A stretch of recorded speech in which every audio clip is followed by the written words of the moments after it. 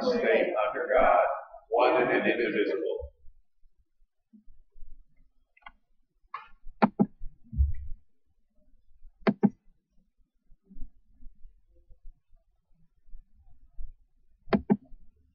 Oh, say, can you see by the dawn's early light what so proudly we hailed as the twilight's last gleaming, whose broad stripes and bright stars through the perilous night, o'er the ramparts we watched, were so gallantly streaming, and the rockets red guns bursting in air, gave proof that our flag was still there. Oh, say does that star-spangled banner yet wave o'er the land of the free and the home of the brave. Thank you.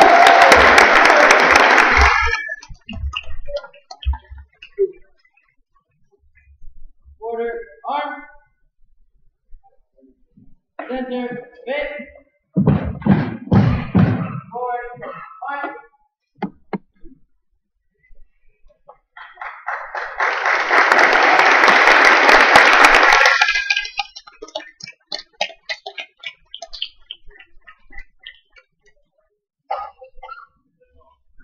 Thank you, color guard of E.D. Walker Junior High School.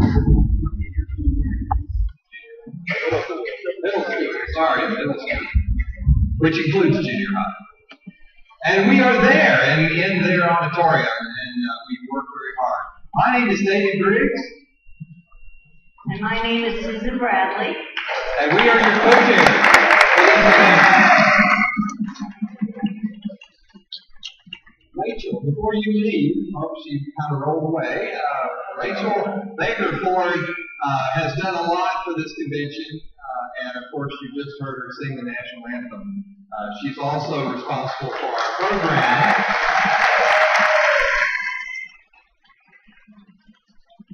Which was a lot of work. A lot of people put something into it. So we want to talk to you about something very important. And that's the theme of our convention. Like this is up a little bit high, so y'all can turn the mic down just a little bit, not the lights, the mic. Does everybody have their pencil? Hold it up. All right, you got a pencil when you came in today. Now, look at the front of your program. Public education, a pillar of our democracy. That is the theme of our convention. And we have many things. Go ahead. We've had a committee chaired by Carla Zimmer, who has worked very diligently to get signs and posters around to talk about the importance of public education, our support thereof. And so today you're going to hear many of our speakers talk about public education and the importance of continued support of it. And so we wanted to recognize that as the theme for our convention today. The pencil, hold on to it, remember it, it is the symbol. Take a pen and do what you need to do to make sure that public education is protected and that our candidates will talk about it in the campaign. And in that light, we actually have a couple of speakers from young people who we want to introduce at this time. We have Angie and Anika, and if they could make their way forward. or do you want to go first? Okay, all right. Anika Shaw. Anika Shaw, age 17, is a junior at South Lake Carroll. And she's here to speak about gun violence and the steps she has taken to combat this very pressing issue. Anika?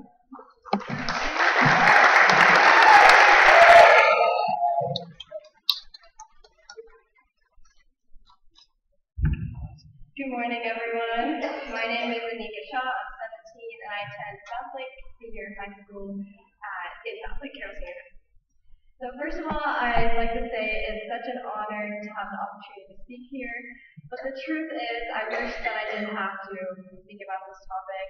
I wish I didn't have to beg and ask for gun control.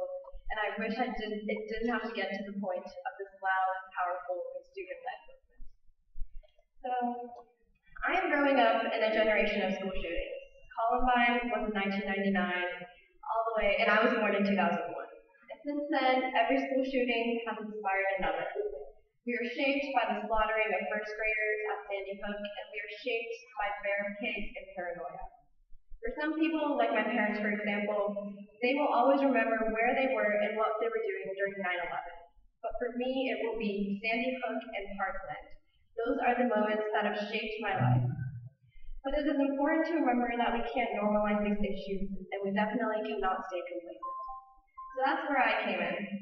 When I heard about the National School Walkout on March 14th after Parkland, I was upset that that's when my spring break was. So that's when I decided to bring the movement to my school. We planned and executed a school walkout on March 8th, and we made a clever Instagram and Twitter account called Operation Walkout, March 8, March Out, and hashtag Dragons Go Orange. We met with our administration, and they effectively cooperated. We then spoke in front of the school board and city council in order to present many issues and solutions. So the purpose of the walkout was to A, honor the 17 lives lost at Parkland, and B, to basically foster healthy discourse about this topic, because this conversation needs to be happening. It's long overdue, and that's the purpose of the walkout. So we had a great turnout over 4 of our campuses. There were about 700 students that walked out. We had choppers there, the news was there, so we were really excited to get this.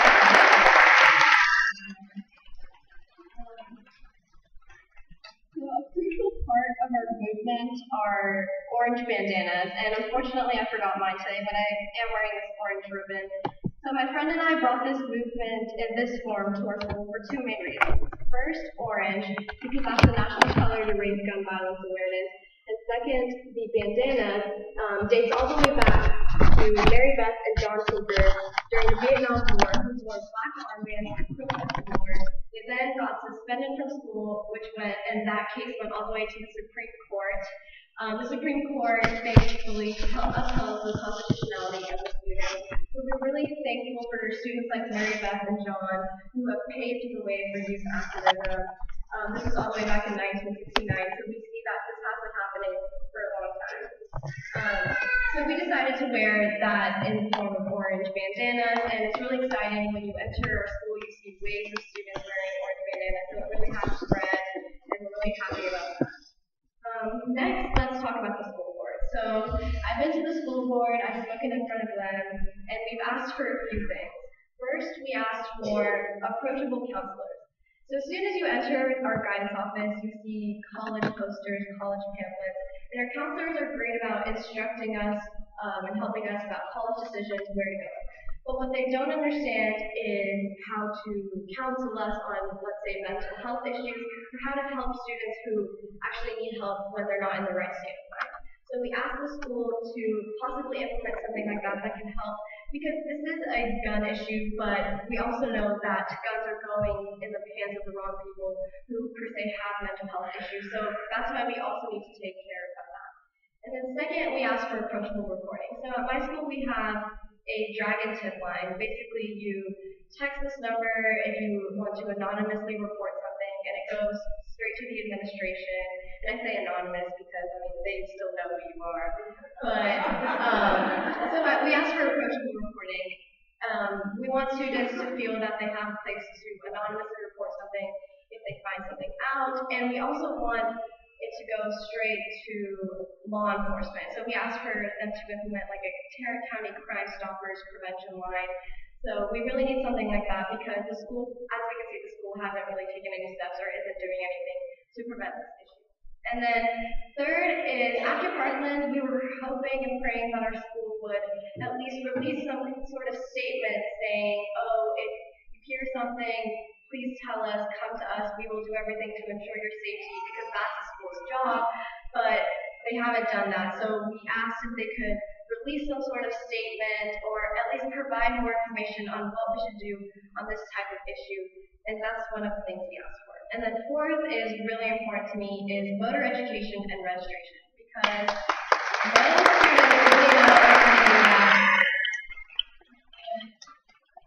Voting is really important. I'm only 17, unfortunately, so I can't vote, which is why I'm speaking, because I hope that adults and people who are eligible to vote will vote on these issues. And that's why we need voter registration, voter education, so students know what to do and how to actively participate in democracy. So after that, we went to City Council twice. We went on March 6th and March 20th.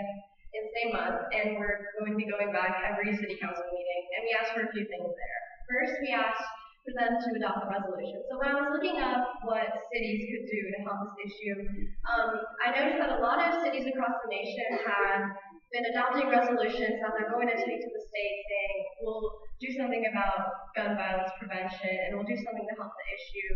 So we asked our city to do that, but I do live in a really conservative area, so I don't know if that's going to be achieved, but I hope it will. Another thing is I wanted there to be a special committee created. A lot of cities across the nation have chosen different people from different subsections of the city to be on a council for gun control. So we asked for someone to do that. And then we also have this thing called SPARK in my city, which is Students and Parents Against the Risk for Kids. So our city scheduled a SPARK meeting for the parents to attend to ask the officers and the city council members about issues on gun violence, but they were actively excluding students. Every poster you read about the SPARK meeting says this is only parents, no students allowed, but that's where the issue is, because when you exclude students from this topic that concerns students, then you don't see anything being achieved. And that's why students have been stepping up, and that's why we need to be at that meeting. We need to be involved in this conversation. So we asked for them to do that.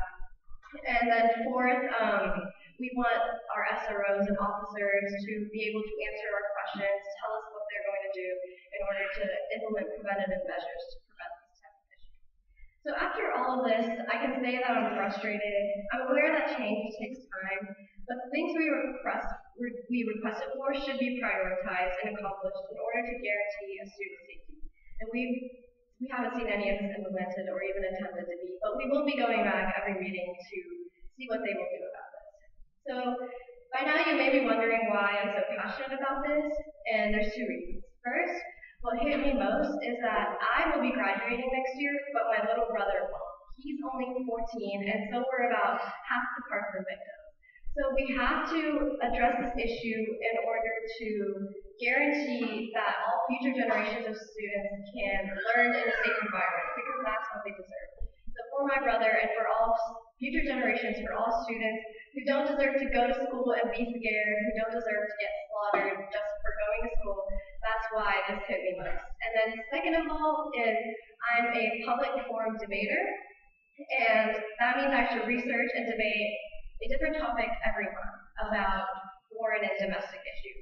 So last November, I was actually busy researching and speaking about universal background checks. The topic, word for word, was resolved: the United States should implement universal background checks for all gun sales and transfer of ownership. And I was researching that and, looking at all these statistics, but never did I think that it would become reality and I would be up here speaking about it, and all these statistics and stories are coming to life in front of my eyes. So I do feel like I know a lot about this from researching, and that's why I'm so passionate about it. So earlier this week I had an interview with Cosmopolitan, and the big question she asked me is, what do you wish adults understood? So I answered that this movement is unique because, like I said, the issue concerns students and children, and we are both the victims and the perpetrators of the crime, because Students are the ones dying, but students are also the ones committing the crime and killing all these students. So that's what I wish adults understood, because a lot of adults are hesitant and don't like the fact that students are taking the matters into their own hands and stepping up, but we all know, and students definitely know, that this is the appropriate time. This is absolutely necessary because our adults have failed us in terms of laws and policies. That's why I'm speaking here to you today. I hope you will keep the conversation alive, tell everyone you see what you hear, what you want, and take this to the state, hopefully. And the school board and lawmakers, many lawmakers are waiting for us to give up, like a lot of other issues. They're waiting for us to give in. And they're telling me, the funniest thing I've probably heard is, you're telling me the Tide Pod eating generation is going to solve for gun violence, but that's the thing. A lot of these naive and absent mindsets are the issue and the reason that we refuse to give up. And frankly, I know speaking of the Democratic convention, but I do believe that this issue is nonpartisan because I am all for supporting our Second Amendment rights and the safety of all of our citizens. But when it's coming at the cost of many innocent lives, that's where we draw the line. That's where we say that everyone needs to be a part of this conversation and really adhere to the rules. So remember that we are not headlines, we're not statistics, we don't want to be in the news for this, for getting attacked or some sort of tragedy happening here in Dallas. And we have to keep Dallas out of the news. And it's absurd because I have teachers now clearing out their cabinets, throwing away their supplies for us to hide in. And I have people that are pushing for militarization in schools, but that's really not the answer. It's absurd that I have to prepare for an active shooter situation in my school more than a fire drill because nobody is addressing the root of the issue. Because all of this has become normal, but we can't let that happen. We have to keep the conversation alive. So,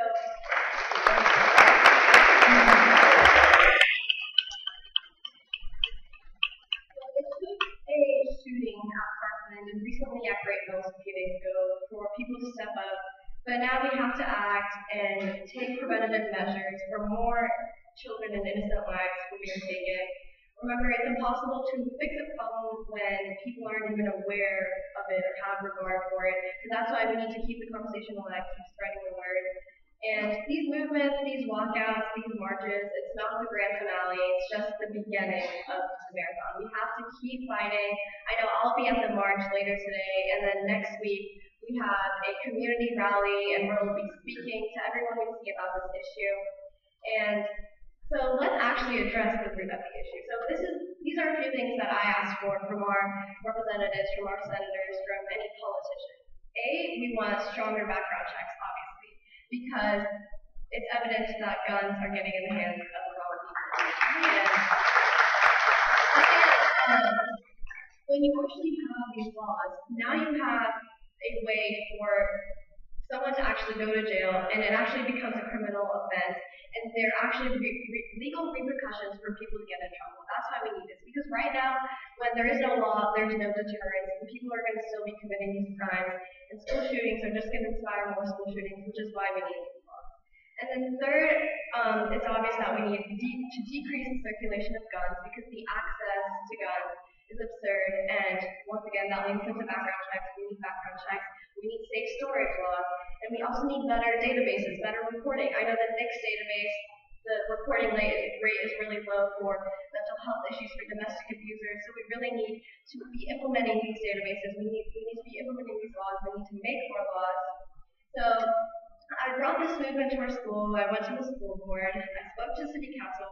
I'm here speaking in front of you guys. I'll be at the march later today.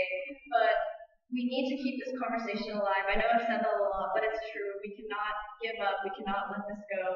We need to keep fighting for this, for the safety of all of our students. And just remember that if it can happen at Parkland, it can happen anywhere. It can happen here, even at E.D. Walker High School. It can happen at my middle school. It can happen at my high school in South Lake County. Thank you.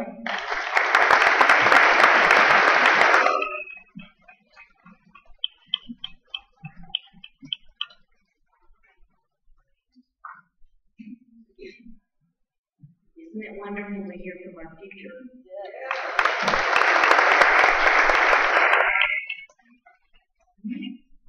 To also speak on gun violence, we have Andrea Hogue, a age 15. She is a sophomore at Booker T. Washington High School of the Performing Arts, and she's also here to speak on this revival vision.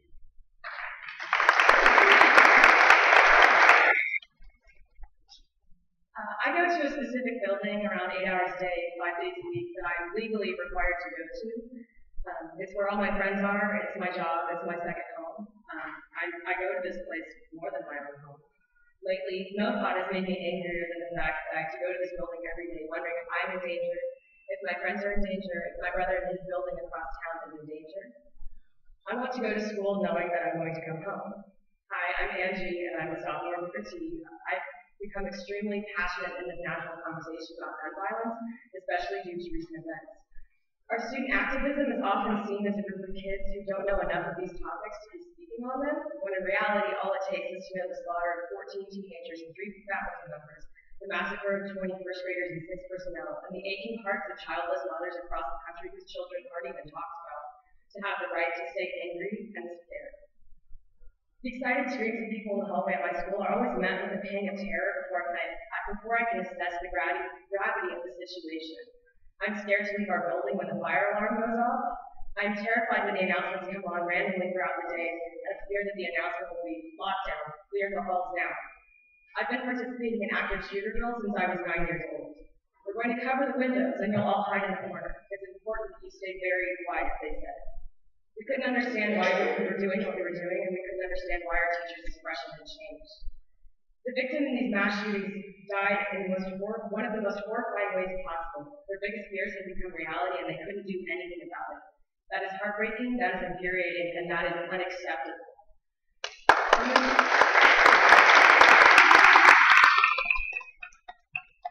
A common quote that is used often in this conversation is credited to Joseph Stalin. A single death is a tragedy, a million deaths is a statistic. It is important to remember that every life lost to gun violence is as complex and intricate as any other, including your own. Think of the students at Marjorie Stoneman Douglas High School in Parkland, Florida. Think of all the experience that a high schooler encounters. Think of the memories and the friends and the sensations and the successes and the failures that these students were robbed of. It makes you angry, doesn't it? Because you know no matter what you say or do, we cannot fill the void that these souls left in the hearts of those who knew them. That should make us angry. As a student, it is my duty to stay angry. As Democrats, it is your duty to stay angry. And as American citizens who care about the safety and well-being of our people, it is our duty to stay angry.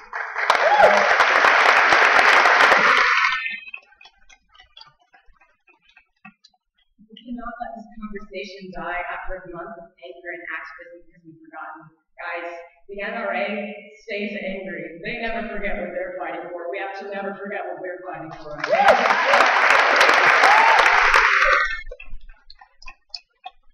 need to keep moving forward to a better future for children everywhere. A future where I will feel safe knowing that I'm going to a place of learning. A future where my mother will be able to kiss me goodbye when I leave for school and say I love you without the heaviness she feels she has to.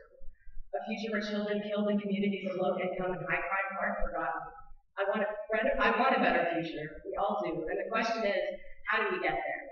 So I recently spent time with my theater company. We traveled to Washington, D.C., and we traveled to Sandy Hook, Connecticut, and Newtown.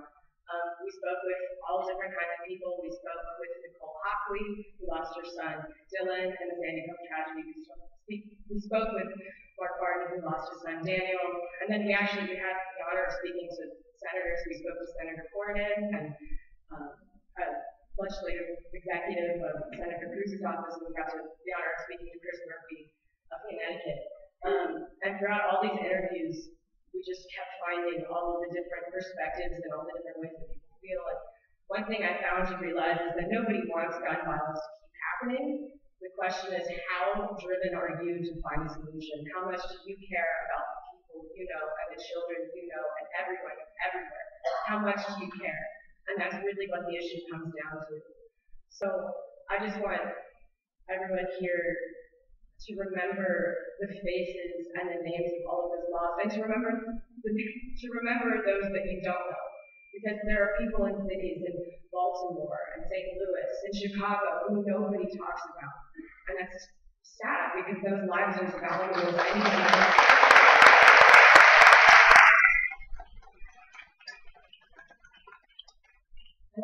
question, how do you get there? And Anika explained it pretty well. There are solutions and there are steps we can take. We just really need to take initiative and do the things we know we have the power to do. Thank you so much.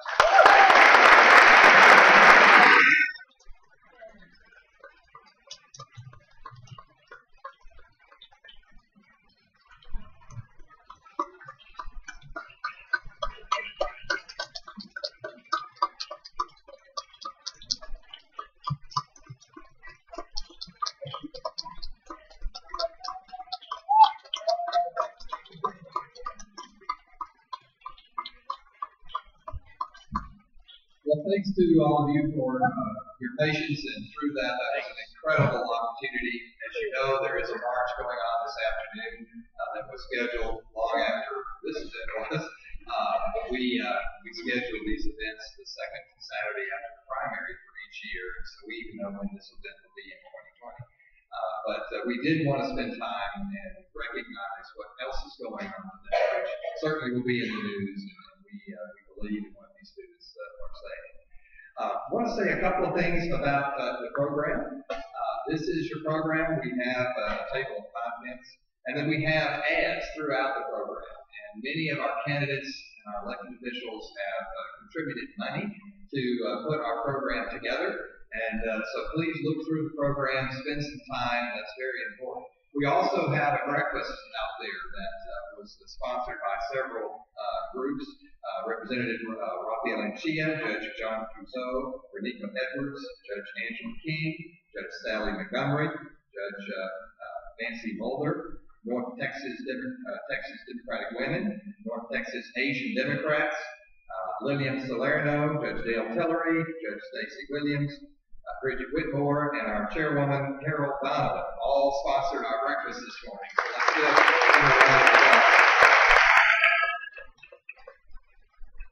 And as you can see, that this convention didn't just happen. There was a tremendous amount of effort that went into it for the past couple of weeks.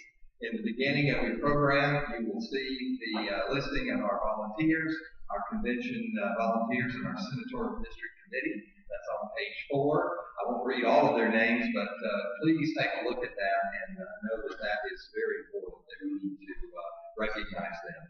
All right, a couple of things that we need to do. We need to tell you that at 11 o'clock, probably give it a little more time, 11:15, any resolutions that are to be turned in this morning, you need to bring them down here and put them in this box. Now, we don't need them because it's like 50-something we already have that the resolution committee is looking at. But the state rules, the state law do call for you to be able to submit a written resolution should you so desire. And we just simply need to tell you what the deadline is and give you time to bring it down and put it in the box. Susan, do you have anything else you want to say at this point? If we want to get some candidates in. The credentials committee. To announce the names of that.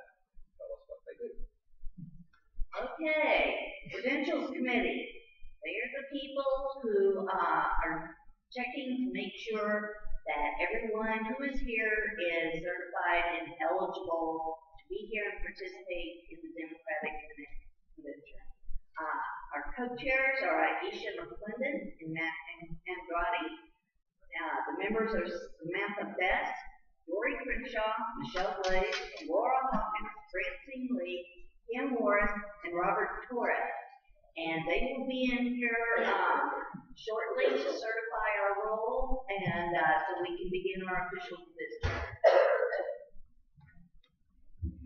I have just been, we're going to have some candidates speak in just a minute, but there's an important resolution that has come forward, and I would let Bob Franklin, one of the co-chairs of our resolution committee, bring that forward because it's relevant to the speeches that we just heard. Bob, you want to come and quickly tell us what that resolution is? Okay, we'll have an early vote, guys. Go ahead. Well, good morning, everybody. On behalf of the Resolutions Committee, thank you for being here. We're working diligently in there. We've got 74 different resolutions that we hope to present, but this one is timely based on the 2 speakers that you just had. This was just approved by the Resolutions Committee.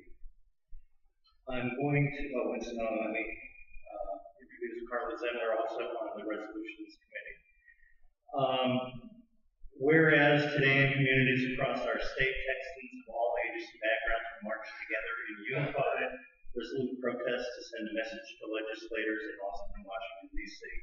that one more life will be lost at the hands of mass shooter America.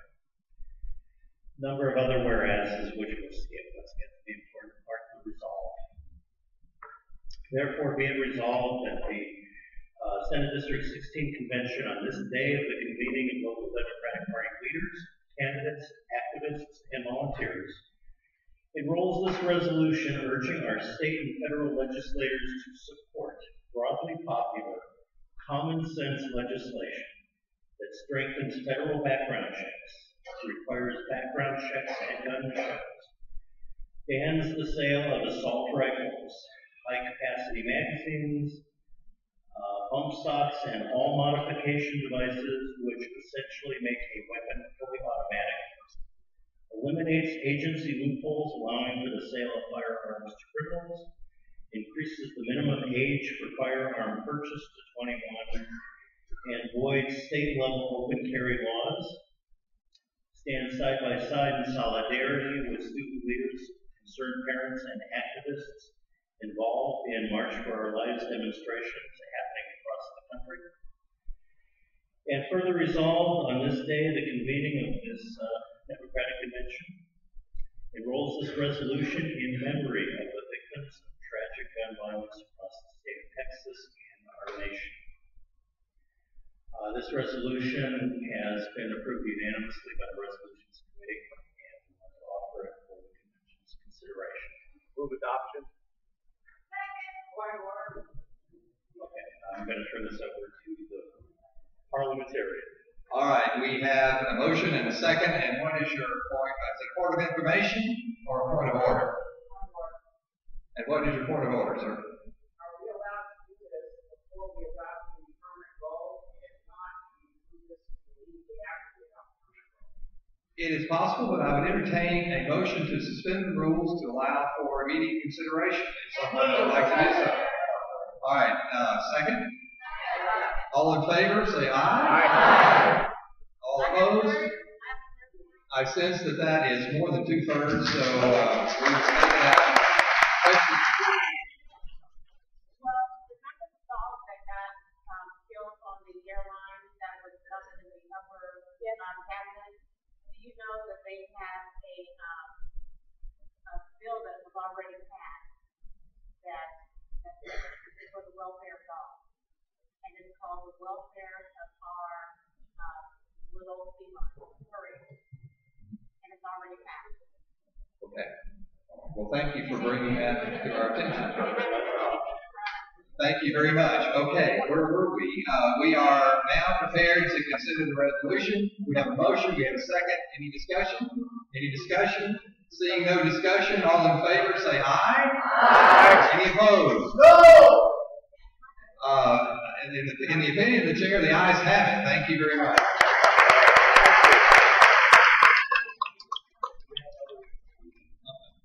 We understand we have other resolutions, but at this point we have the candidates who have been patiently waiting, many of whom have to go to more than one convention. And whoever, David, you kind of got the order there. So Tom Dunning, if you would like to come forward, I believe you're here representing a candidate. Ladies and gentlemen, Tom Dunning. Thank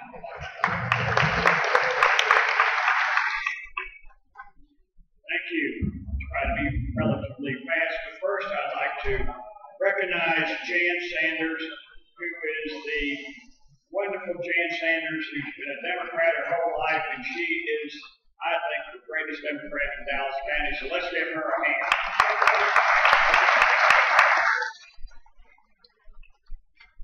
36 years ago, I was coming to these same conventions, but with a man named Mark White, who was the newly Democratic nominee for governor of Texas.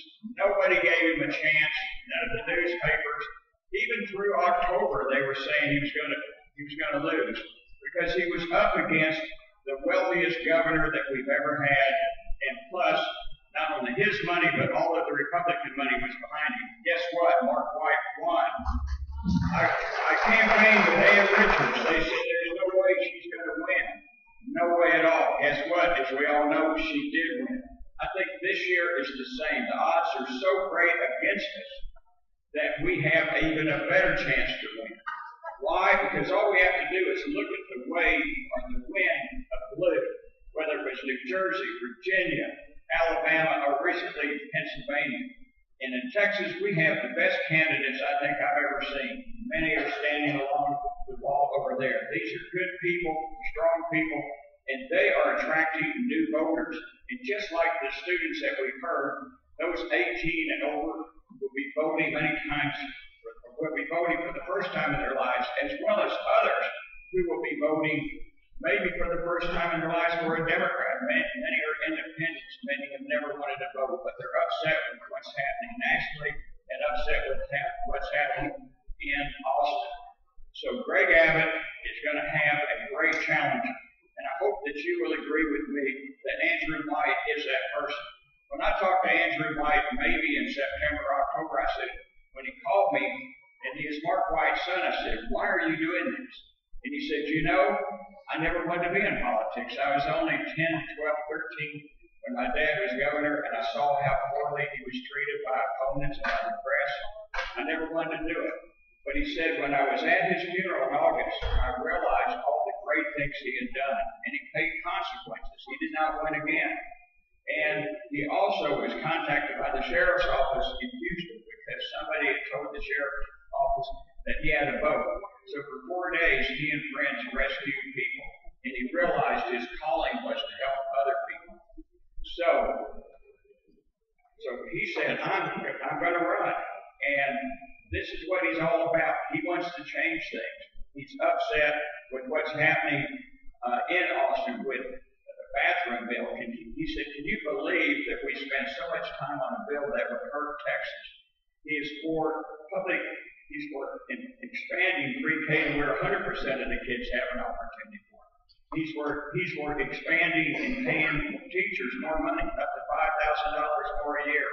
He wants to bring around the changes that are necessary to make our state great. So, I think with all of the new young voters out there, that he represents the future of Texas. He's 45, he's built several businesses, he's sold them, he has the time, he has the money. He's the kind of person that we can all get behind. And many of these new voters, as I've said, people who've never voted before, many have never voted for a Democrat before, are changing parties because they like what they see. They like these candidates over here. They like Andrew White. So I hope you'll join me and others around the state. Encourage your friends to vote on May 22nd for Andrew White. Thank you.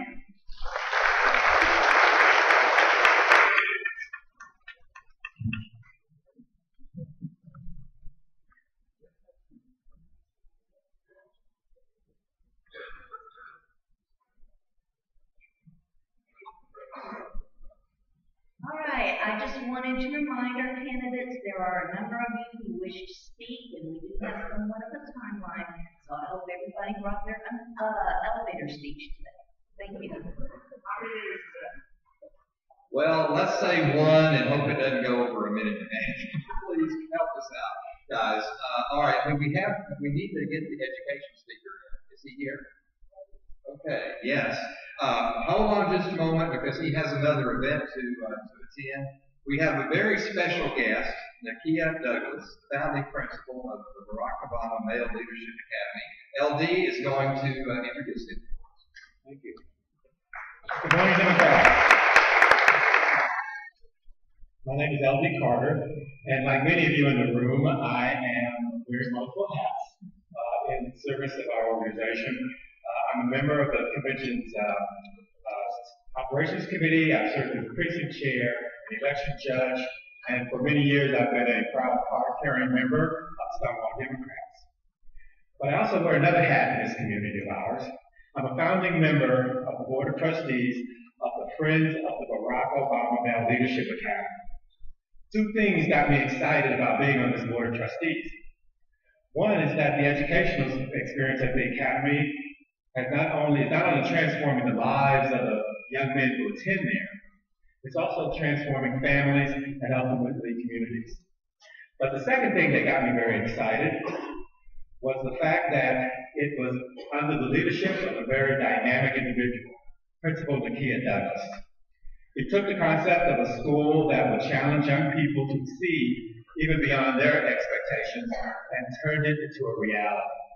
He traveled throughout the United States and internationally, researching best practices on academics and young men transitioning into adult life to design the Academy's program.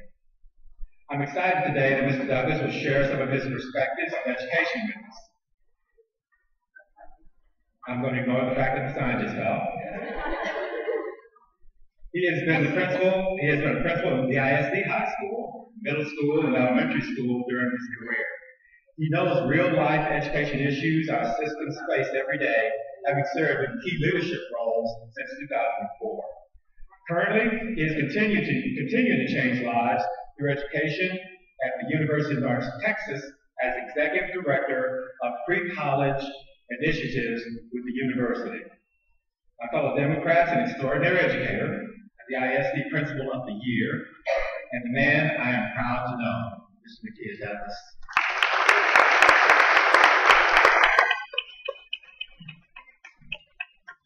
Good morning. It's pretty strong. I'm sorry, I'm a teacher by craft, and so therefore I will take the privilege of grabbing the mic if it's not working. And I see the technology is not up, and so I'm going to make this work. I am privileged to educate, teach students to become advocates, and ultimately to create the leaders of tomorrow. I've done so within the scope and the realm of our inner city schools. I'm a product of South Dallas. I'm a graduate of Dallas Lincoln, first generation college student. And so it was a proud moment to witness and hear the words spoken by the two young sisters that were coming forward to speak on behalf of what they were to me. I have the responsibility and those who are in this field of education with me, specifically within Dallas, within the 75216, 75241, to represent students and parents and families below 30. Students that are in militarized campuses where they walk through the metal detectors every day. Students that are living in communities that are food deserts. Students that are living in communities where they feel, unfortunately, at times more traumatized than supported by our law enforcement. So what I have the opportunity and the privilege to do is to show a light and to show those students that roses can't grow beyond concrete. So in regards to building a rose beyond concrete, there's a hope that has to be given. I am proud of the work that we were able to do at the Barack Obama Military Academy, but I'm even more proud of the work now that we're doing at the University of North Texas at Dallas in regards to building trio and pre-collegiate programs for young men and young women in the southern sector of Dallas who don't have a voice, who have fears of what tomorrow will be for them. Because once we educate them, they become those advocates and they become those leaders, they will be transformative in their work. Because there's an expectation through our work each and every day that we develop students' academic, emotional, ethical, physical, and social skills with transformational impact in life, school, and leadership. The reason we say life first and foremost, they're going to become advocates for themselves and for others. So whereas those young men and those young ladies were speaking earlier about having those counselors, it's one thing to have the counselor in the building, but it's another thing to have access to that counselor. The accountability and the requirements for counselors is as such where there are statistics that out of 360 students, there's one counselor for those students. So that conversation in regards to that child's social and emotional development and their welfare may be very brief because I have a high caseload. When those students become those advocates, they have formed those relationships with that counselor. The counselor has an understanding of who they are and whose they are. But then ultimately, that counselor is becoming more intentional with the supports and services for that student and for others. Because beyond the accountability are our students. Our students are not numbers. Our students are not meant to be martyrs because we're losing them within our schools. Our students are our future. And so while we have those two young ladies speaking, my challenge and charge to not only you all, but also my congressional district is that we bring other students and educate them, teach them to become advocates and ultimately to lead, because those of us that are in our season, our time is coming to an end. And if we're not preparing the next generation, they're going to lead themselves. If they're leading themselves, unfortunately, there's some pitfalls that they can fall into, but there's a wealth of knowledge and wisdom that is within these walls and within the walls of our community that needs to be shared. Bring a student, bring a family member, so they can understand this democratic process that our country is founded on. They said education is the pillar of our democracy. So what happens when we're not providing an adequate education? TRIO is one of the programs that provides that adequate education. Our school systems are one part of the programs that provide that education. My challenge to you all and to all the candidates that are here to remember that education is the pillar of our democracy. And without it, what we do to the least of these will be all held accountable for. Because those students that unfortunately are carrying out these terrible acts within our schools were missed. Because that counselor had 300 or 400 students on the caseload. We can't miss any more students. We can't make any mistakes with regards to who we are putting through the plans. We cannot hold and go without holding each other accountable. It's my privilege again to lead this work. And for everything that you all are doing here, we're working 10 times harder to make sure we're doing in the southern sector of Dallas to educate the least of our students. Thank you all for your time, and congratulations on the work that you all are doing today.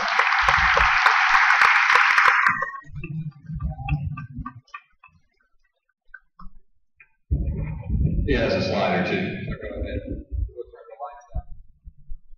Militarization of schools. This is the life of our students every day. They walk into buildings and they're frisked, just like you go into security in our airports. They come from broken homes. They're, in most instances, first-generation college students and or high school graduates. The compelling why.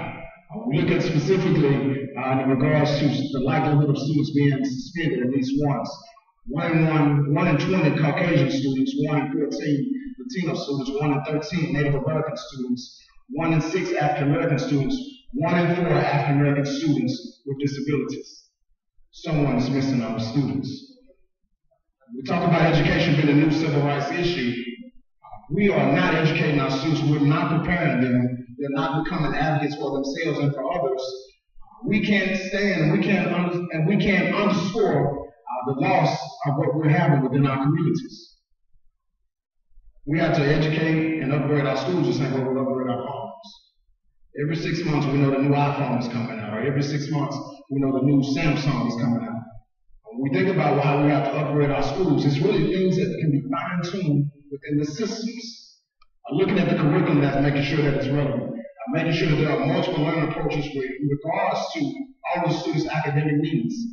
Assessments that is built on diagnosing the students' needs, and so therefore building instruction beyond that.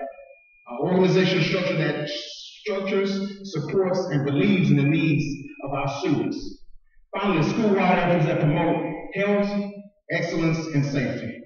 That's what our young ladies were talking about earlier.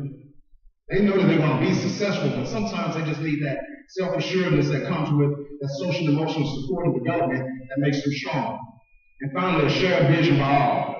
Again, develop students' academic, emotional, ethical, physical, and social skills for transformational impact in life, school, and leadership. There's a whole saying, where there is no vision, the people shall perish. So therefore, we have to make sure we have a clear vision of what we expect to see and hold those persons accountable for what's happening in our schools. Engagement, encouragement, exposure, environment, and excellence. The expectations not only for the students, but for the faculty and staff members, for the parents, community, and those in leadership. And finally, those pillars, those expectations, the partnerships that are necessary. Again, that charge for you all to come in and bring more students. It's a shame that those young men and young women from E.D. Walker not only posted the colors, but none of them were staying back to be educated about what's happening here at their school and their neighborhoods. Student expectation, houses, community service, traditions that the students remember. All of us are here because someone brought us along. Those traditions are established by way of us as griots and as elders working forth the next generation. And finally, what we're doing here at the Upper Bound University of North Texas at Dallas. Trio programs for the Upper Bound students and the 9th through 12th grade students to give them a foundation for not only to complete high school, but to have success in college. Within my McNair students, we're creating the next generation of PhD students. These again are students who were educated, we're teaching them to become advocates, and finally they will lead in our society tomorrow. Our students, our schools, the holistic development of our students, what they're going to experience on Saturdays. And again, thank you all for your time. And again, my challenge and my charge is to remember that education is our key to our tomorrow. Thank you.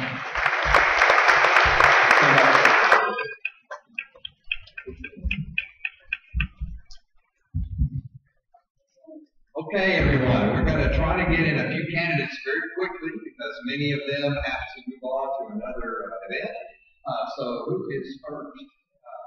And Randy Chambers. Randy Chambers is running for District 112. Hey, everybody. All right, I'm Randy Chambers. I'm going to keep this as quick as possible. I'm running for Texas House District 12 because I am tired of being represented by a person who is A-rated by the NRA. I am tired of being represented by a person who is a woman but votes against women. I'm tired of being represented by a person who says she's strong on education but keeps voting to defund it. I'm tired of being represented by a person who is an immigrant but votes against immigrants. I'm ready to stand up and say we deserve better because I believe that we do. All right, so we can do that. My district is fairly conservative, not as conservative as some of these other places, but let me tell you, we can make a difference. We can change. The fact that you guys are here tells me that we can do this if we believe. We have to believe we deserve better. We have to reach out to our neighbors, and we have to reach out to our community to make sure that they know they deserve better. Okay, so everyone here, we need all these candidates. We need your donations. We need your time. We need you blog walking, calling people, sending mailers, do whatever you can to reach out. Because if we believe we deserve better, we will get better. Okay? So I'm asking you to believe in us, believe in Texas, believe that we will get there, believe that we will be blue, believe in Brady. Thank you so much.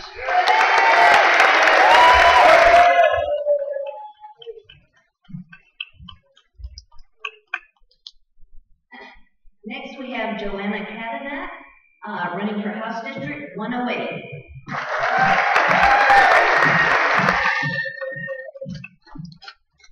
Hey there, everybody. My name is Joanna Cadillac, and I'm running for State Representative in House District 108, which is uptown, downtown, East Dallas, Park Cities, Bluffview, and it's a smidge of Ruskin Hollow, so you know it's nice and democratic.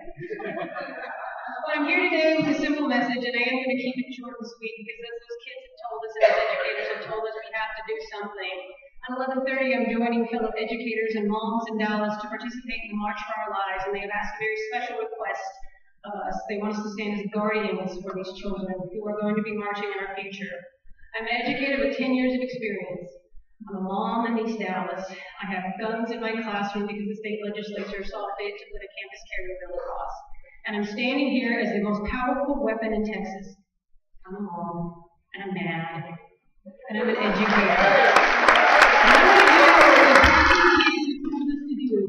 No BS on this nonsense. So I don't know why y'all are sitting, because we're in a blue tie. And I need everybody to rise up and join every single one of these campaigns right here. Every one of us need a volunteer. Every one of us need your vote. Every one of us need you to work harder than you have ever worked before. And I'm going to run out of this auditorium, change my heels, put on tennis shoes, grab a red t-shirt, and dare one of those open carry advocates to say something to a child in downtown Dallas. Because I am committed to protecting our children. I am committed to making change at the state level. And I am committed to turning this state blue. I'm Joanna Cadillac. I'm running for House District 108. And I am so proud to be here. I am so proud to be a Democrat. And I am so proud to stand with our future generation in a few minutes in downtown Dallas. Thanks so much.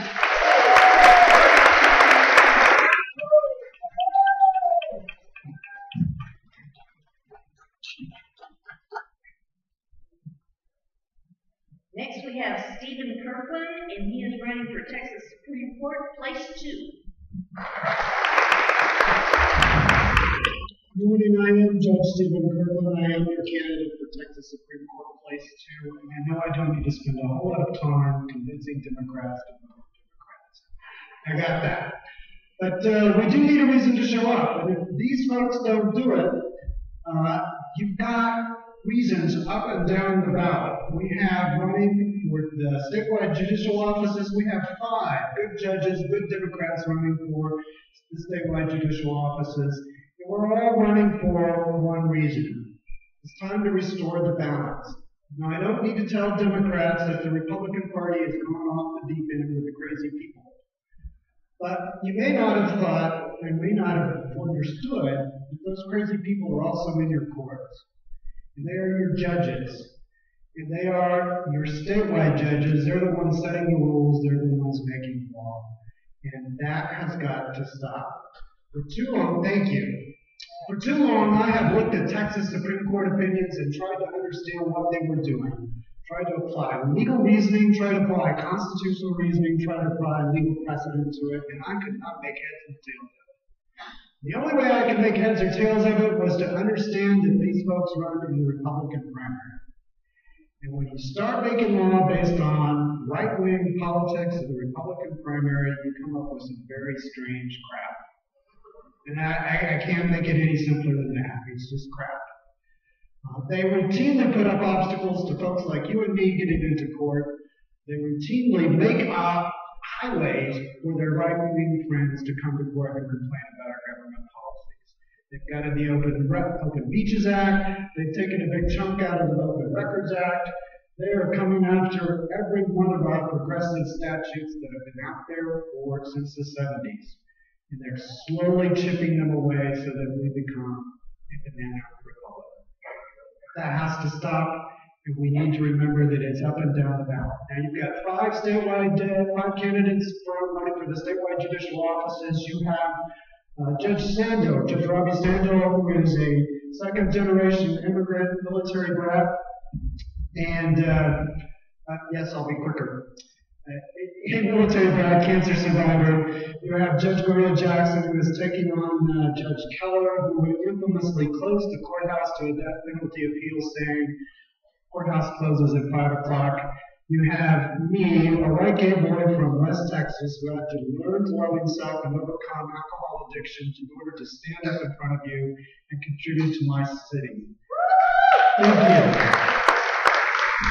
I've been sober for over 30 years, and I have done a lot of good things with that, including creating Houston's Homeless Recovery Court, creating homeless housing in Houston, as well as running for and being part of the Blue Wave in Houston in 2008.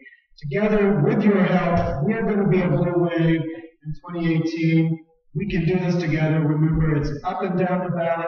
I am Judge Stephen Kirkland. You can follow me at Judge SK on Facebook and at Stephen Kirkland on Twitter. Have a great convention to my fellow candidates. Thank you for letting me jump the line so I can get to the next one.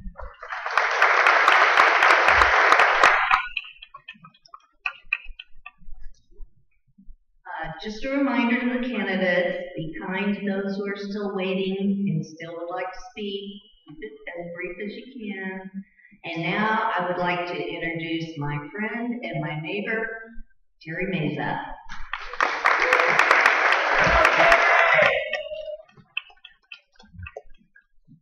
I frequently get asked if I'm running again, to which I answer, I never stopped. I'm still running. Some of you know that in 2016 we came up short by only 64 votes. So anytime you see my GOP opponent, Rodney Anderson, feel free to call him Recount Rodney, because I paid good money for him to have that nickname, and you'll enjoy hearing it so much. And so now we're calling this year the rematch with Rodney. You hear people talk about turning Texas blue, and some of our fellow Democrats and maybe people you know, and maybe even yourself have said, well, that's not going to happen this year. That's sometime in the future. I came here today to tell you that Dallas County is ground zero for turning Texas blue.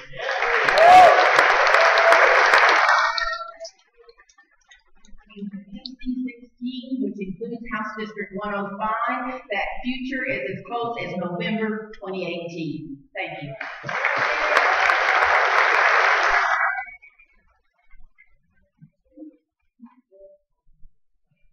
Okay, next up we have another female candidate. She is running for U.S. Congress. Jan McDowell.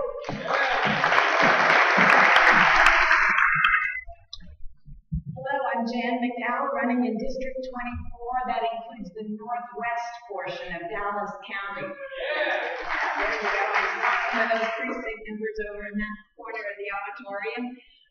I am so proud to be the candidate in this race against Republican Kenny Marchant. He's currently serving his 7th term, which is about 6 or 7 too many. It's too important when you watch what's coming out of Washington every day. We need a Congress that's going to be that check and balance on our executive branch. That's how our Constitution is intended to work. And for the Congress to not stand up and be that check is unacceptable. So we need to turn those seats blue. I'm a CPA. I've come at the position with a perspective of dollars and cents. I've got my red shirt on already because I've already been to Denton County this morning. I'm headed to Fort Worth this afternoon, so I'm not going to get to participate in one of the marches, but I can certainly wear the red shirt and be supportive of the students and everybody else in this country that wants the common sense gun sense. So I would appreciate, just like all these other candidates, your support, your donations, your volunteer help, and just that blue wave building to move all of us on to victory in November. Thank you.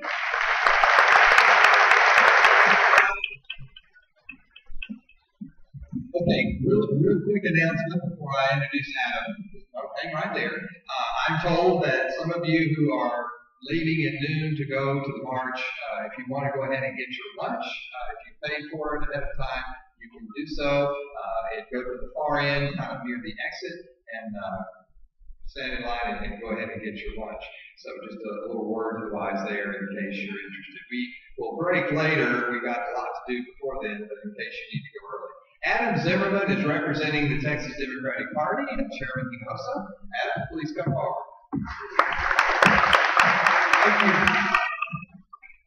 Try to be the quickest one because I'm not asking for your vote. I'm asking for your time after today. The Texas Democratic Party is working on tons of different things. We're working to boost the blue wave to every corner of Texas, but we're also working to make sure that there's infrastructure left behind for 2020, 2022, and so on, so we can keep Texas blue. So that's what the party's working on. We are here to help you, to help the county chairs, to help the precinct chairs. Anything you need, talk to county chairs, they can talk to us. They can help you, we'll help you. So use us as a resource. We need y'all's help too. The state party in Austin can't turn the state blue by itself. We need dedicated Democrats who are willing to give up their Saturday, willing to give up their Sundays, weekends all the way through to November. They're not going to wait till November to get involved. They're going to be involved in July, in June, in May, in April, and the rest of 12 months a year, every year, not just when we have somebody like Donald Trump to run against. We have great candidates to run for, to vote for, to canvass for, and to volunteer for. So that's what the party wants to emphasize to everybody. Thank you for coming out. And a couple of things, people are talking about the blue wave. You may hear people doubting that the blue wave is going to come in November. Let them know that the blue wave is already here. We have 110 candidates run for the nominations for the 36 congressional seats. We are contesting 90% of the state legislative seats, and we turned out over 1 million Democrats in a primary, in a midterm election. The blue wave is here. There's people like y'all who make that possible. Let us help you. Please help us. A couple of things, if you have any questions, Facebook, Texas Democratic Party. If you need VAN, the voter database, reach out to us for that. And I brought bumper stickers, so those will be out there. Feel free to take them and then donate to your local county party as well. So thank you. Thank you, Adam. We missed the pyramid, but we'll see you next time. In 1988, I met this man. We worked on the Gore campaign together, and we worked on I don't know how many campaigns since then. A great mentor of mine in politics is Judge Ken Mulber. Ken, come on forward. And, he's running for something else. Thank you, David. Thank you very much. My name is Ken Hallberg. I'm the judge of the 95th District Court of the state of Texas. I'm running for the 5th District Court of Appeals. And more importantly, for our purposes today, for you Senate District 16 Democrats, I am honored to remind you that I represented you for many years as your state Democratic committee man in the 16th Court.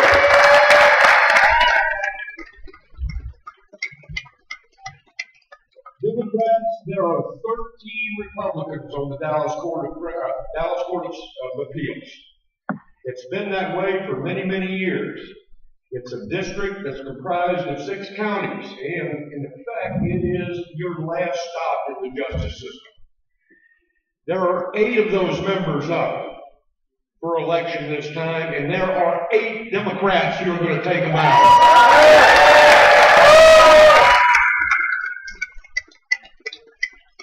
And 7 of us are here today. Now here's what we need you to do. This is going to be a tough race for us.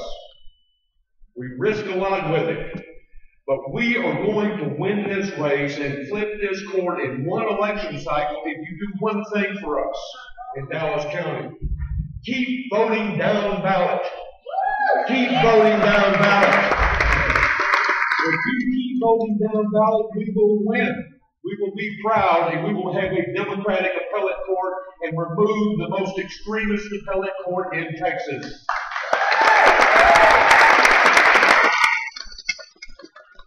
And the 6 people who are here with me today, including Riley Martina Kipnis, who will be in later, will be hearing now Judge Robert Burns, Bill Peterson, Nikki Lajcek, Leslie Osborne, and Corey Carlisle. Get them in.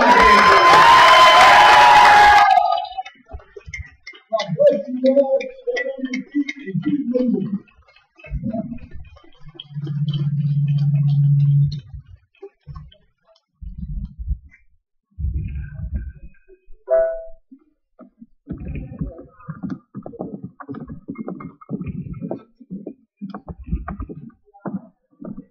Thank you, Judge Mulberg, and all of our candidates for the Court of Appeals.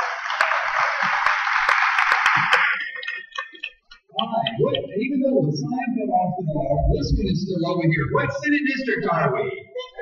16. And who is our senator? Don Huffines, but not for long, because my friend Nathan Johnson is running and is our nominee. Nathan, go ahead.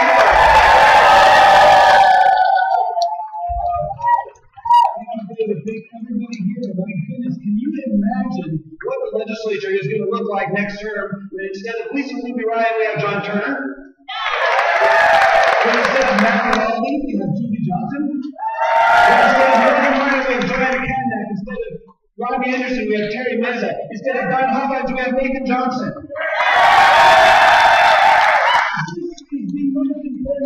In the state of Texas, the press hasn't been all that quick in catching on, but they are. They are right now because they were looking to other places, they're looking at the history. There's been Republican control here for a long time, but it was said as recently as 4 days ago, a reporter said the race to watch in Texas is Senate District 16.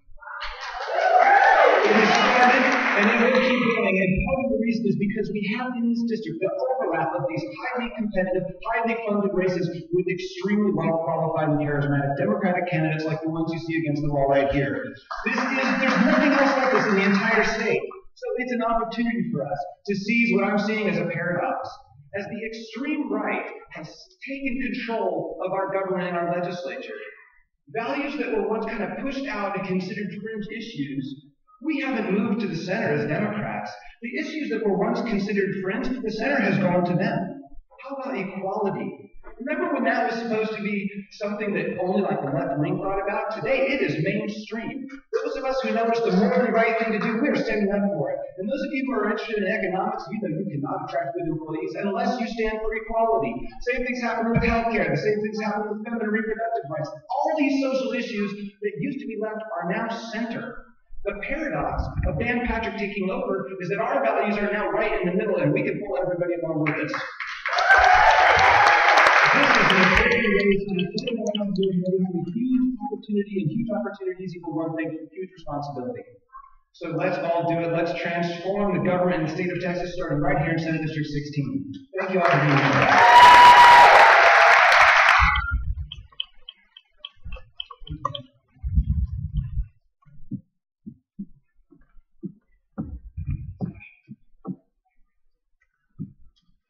All right, Sasha Moreno is running for Justice of the Peace.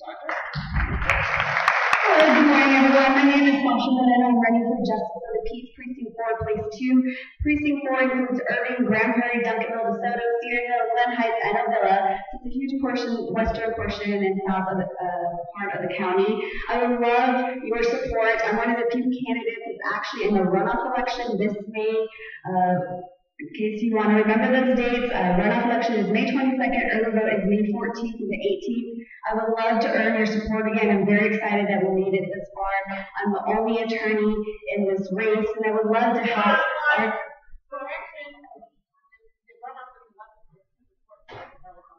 Yes. I'm sorry.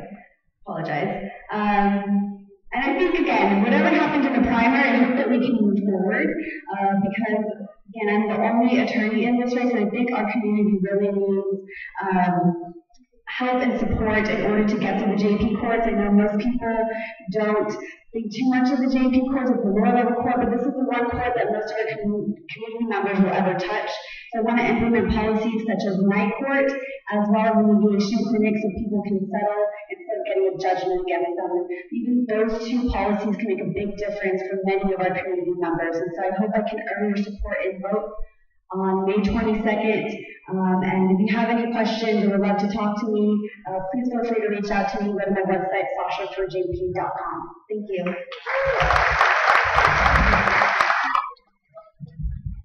All right, I have another friend coming up here, John Turner, who's running for House District 114. Thank you. Well, next us. Thank you to David Briggs and David Bradley and Susan Bradley, all the organizers of this convention. And I want to thank all of you who are precinct chairs, all of you who are active and working for this effort this year. I'm John Turner. I'm running for District 114, Texas House. That's where we are right now. And I want to tell you just a little bit about what I stand for. And first and foremost, I stand for supporting and strengthening and investing in our public schools. That's my number one issue. I had a chance to be a lawyer for a group of about 88 school districts in Texas. We brought a lawsuit against the state to try to secure better funding for our schools. We weren't able to be successful in the Texas Supreme Court, but it gave me some real conviction about this issue, and I'm hoping that we will be successful in the legislature in accomplishing what we set out to do in that case. I can tell you other things I support and stand for, but in the interest of time, just trust me, you'll agree with most of it. What I will say is, I want to say one thing though. I believe we need to all try to make 2018 a year in which we recommit ourselves to the American civic values that have made us a great nation. I'm talking about things like our commitment to the rule of law, our commitment to a level of decency in our political conversation, and to the principles that we just said this morning in our Pledge of Allegiance to liberty and justice for all. That matters at every level. Folks, just so you know, I'm running in what is now an open seat, and it used to be occupied by Representative Jason Fiala. He lost to a primary challenger, Lisa Luby Ryan, who attacked him from the right for being insufficiently supportive of Donald Trump and for allegedly being a moderate. Folks, I've lived in this district, 114, a long time, and I know folks here care about their schools, they care about their teachers, their policemen, their firefighters, good medical care, doctors, nurses. This is an important year, and folks, I believe people in this district are going to see the appeal of our message this time. And if you agree with me, and you agree that common sense and mainstream values are important in this election, I'm going to ask for your vote if you live in District 114. And whether you live in District 114 or not, I need your active help as a supporter, as a block walker, as a volunteer. With your help, we can win this election. Thank you very much.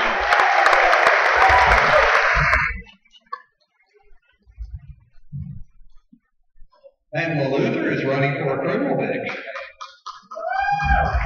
Hi, I'm Pamela Luther. I'm running for Dallas County Court of Criminal Appeals number 2. It's the only criminal court on the runoff ballot, May 22nd. I'll use my minute to let you know how I got into the criminal justice system. It's because of issues like today with Moms Demand Action. I'm a mom who lost a child in a senseless accident because our legislators listen to big money over the people in the community. And so we don't want to let that happen. So it's across the board. It's not just guns. It's all kinds of, any kind of organization that gives legislatures lots and lots of money. They take that in exchange for the safety of our children and ourselves. So I care about everyone in my courtroom. I've been a prosecutor, I've been a public defender, and I've been a victim. And I'm a mom, I'm an angry mom who's educated, just like I heard before. And so I'm going to get out there in March, and please get out there and vote for me in the runoff. I'm Pamela Luther for Dallas County Court of Criminal Appeals number 2. All right, somebody else I know a long time is Judge Jonathan Rizzo. When I need a lawyer, I call him. He's one of the most respected judges in the history of Dallas County, and he's going to make a fabulous district attorney. Jonathan Rizzo. Thank you. First of all, thank you all very much for your support. As you know, our campaign slogan was hardwork.com. And I want to tell you, as you know, I started the Divert program back in 1998, which means we're about to celebrate 20 years. And let me tell you what that did when we talk about hard work and hard work. First of all, we had that court on Tuesday night so people could work. Okay, number one. Number two, it was such a success that when we realized we were about to just go crazy building prisons in the state of Texas, the legislature took that model and adopted it. And if you don't know this, we have closed 8 prisons in the state of Texas. So when candidates talk about ending mass incarceration, you can look right here to Dallas County, you can look to your Dallas County judges, and you can look to the Divert Court as the beginning of ending mass incarceration. And I want you to please support me in my bid for district attorney. We can get this office back. I think it'll be a lot of hard work, but it'll be a lot of hard work because I know that you'll be with me. And I want to thank you for the support that you've given me, and I don't want to take over my minute, so thank you very much.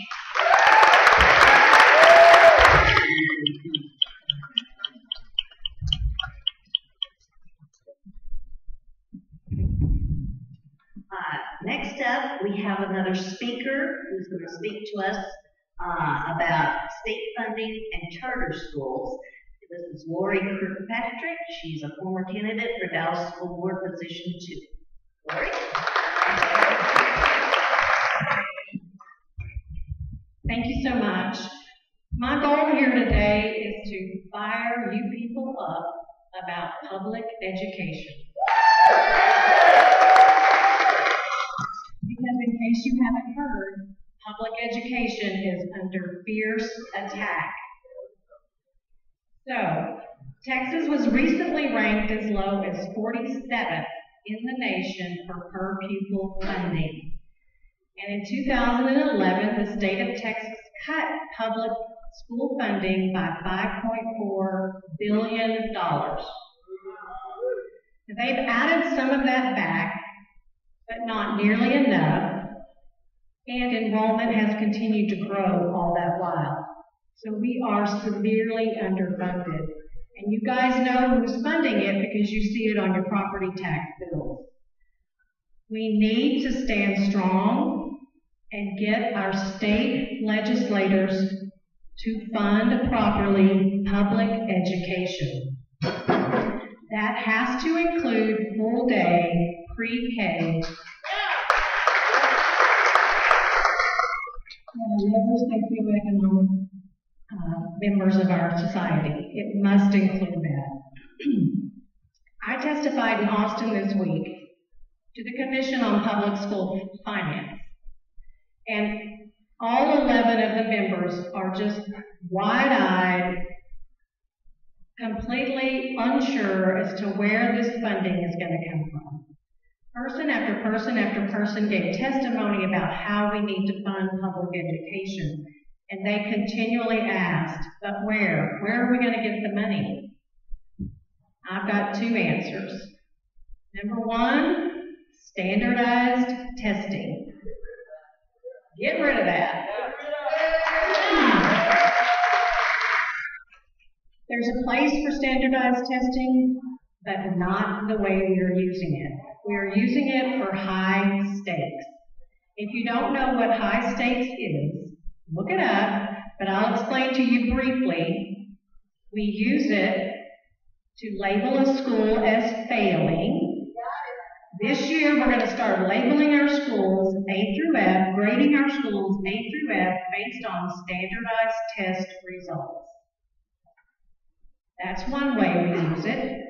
The other way we use it right here in Dallas, Texas, is we use it to determine if our teachers are effective or ineffective based on the standardized test results of our 90% student population who are economically disadvantaged. Guess what? They have low standardized test scores. So a teacher who pours his or her heart and soul into that classroom every day gets labeled as ineffective because she or he is being graded on the standardized test results of their students. That system is called TEI, or the Teacher Excellence Initiative.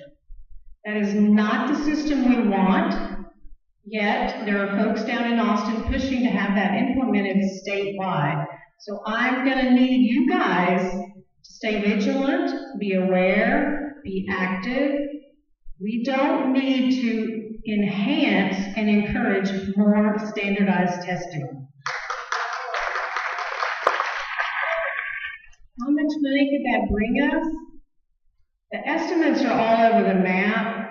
I'm sure the standardized test makers know how much money that could bring us, but good estimates are $1 billion. That's just in standardized testing. The second place we can get this money is charter school funding. I'm ready to call for a moratorium on the charter school industry.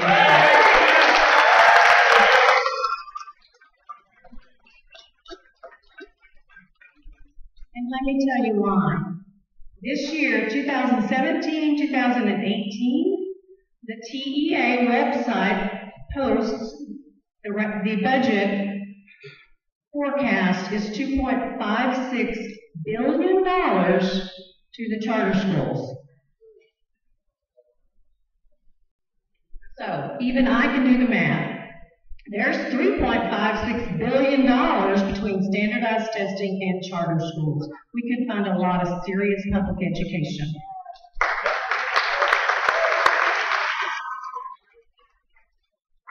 Furthermore, the charter school industry has been in our state for 23 years.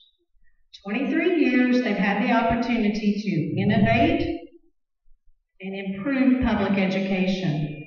Well, every year for 23 years, the independent school districts, the ISDs, have outperformed the charter schools in almost every measure, every single year. So the charter schools don't keep pace with the independent school districts. It's created a two-tiered system. We got one pot of money, folks. That's duplication of resources. I'll say it again. We need a moratorium on the charter school industry. And I'll wrap it up with this. That brings me to my third point. If we can't support a two-tiered system, we sure can't support a three-tiered system, and that is vouchers. Every year, for every biennium, they want to come and get a voucher law passed, a bill passed. By any name, and I've looked them up, education savings grants, education savings accounts, tuition tax credits, low-income voucher, tuition tax deduction, charitable tax charitable tuition tax credit, etc. They're all vouchers. There's no accountability whatsoever with vouchers, but we cannot fund a voucher system. We must support the public education system that vows to educate all of our children. That is the independent school districts. Voucher and charter programs simply further promote segregation of our education system. It diminishes the equity. We must have an educated populace, not only to sustain, but to enrich a thriving democracy. A friend of mine was at an education event last night with some superintendents from around the state, and she sent me this via text that one of them had summed up the point of education this way: collaborate with family and community to create citizens capable of self-governance. I support that statement wholeheartedly. I hope that you guys do too, that you stand up, get active.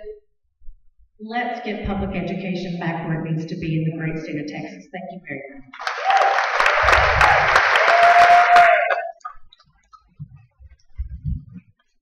Thank you, Lori. We have just a tiny bit of business to take care of here before we continue with our candidates.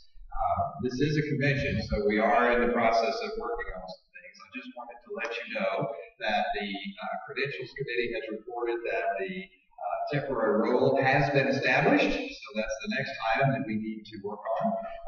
The Credentials Committee at this moment is crunching the numbers, and they'll come back with a report momentarily, and then we will adopt the permanent role of the convention. I just want to acknowledge two judges who've not spoken, but I know they're here. Judge Sally Montgomery is back there in the crowd at some place, and Judge Tina Yu. Raise your hands or stand if you all are here. Also, County Judge Clay Jenkins, who was here earlier. I don't know if he's still here, but you're welcome to speak to Clay if you like. So next we have Winnie Cannon, who is running for the County Commissioner place number 2. Hello, everybody. I'm going to tell you something. I'm Winnie Cannon, and I'm running in District 2. And you know, a lot of people told me, why bother? This is the promised seat for Republicans. Republicans have said that they have more numbers than we do, and even some of our tragic Democrats say we can't do it. Well, I'll say, yes, we can. You know, a wannabe is, his body is not designed aerodynamically to fly. But guess what? That wannabe flies anyway because he believes in himself. And I believe that our county commissioners court plays a vital role. We're the last thing on the ballot, but we play a vital role in terms of public safety, transportation, roads and bridges, the Parkland Hospital, the courts and the jails. So we have our county judges, Democrat, and 3 of the other commissioners are, and I look forward to joining them. So if your precinct starts with 2, we came out 24,622 in the primary. So I'm challenging you to bring 4 people with you, and we will more than certainly accomplish this goal. Thank you so much.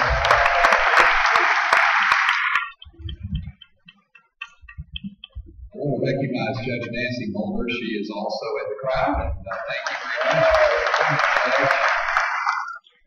Our next speaker is Chica Adiem, who's also running for a criminal bench.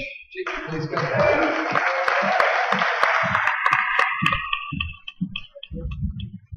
Good morning, everyone. I am Chica Adiem, and I'm your proud Democratic nominee for judge of the Criminal District Court number 7. Thank you. Thank you all so much for your support, for everyone who made this democratic process a big success.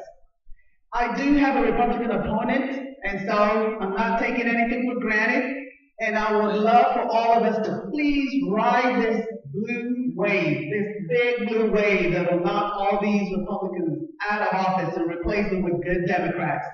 Thank you so much, and let's move forward.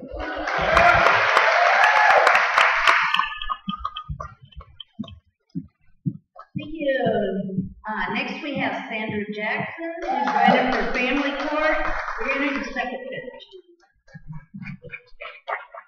Well, hello, Senate District 16. Hello, thank you all, Susan, to David and David. Thank you so much for your support, all of you who supported us during the primary. I am Sandra Jackson. I am the Democratic nominee for the Family District Court, 302nd Family District Court. I do not have a Republican opponent in the fall. I am a lifelong Democrat, and I am here to work. I'm here to work for everyone else who's on this Democratic ticket. I'm here to work with the coordinated campaign. I'm here to support anyone who's running, and I'm asking you to stay vigilant, stay involved, be a part of what we're doing. Listen, this is so critical for our county. I thank you for your vote. I thank you for supporting me, and I really, really look forward to November. Make sure you still vote for us. Go down ballot. It's a big ballot. You got to go down ballot, and you know this is the last year for a straight party ticket in November. We're going to have to be more diligent in terms of how we vote. So let's go down ballot and let's vote for every Democrat that we can. Thank you so much. Have a good day.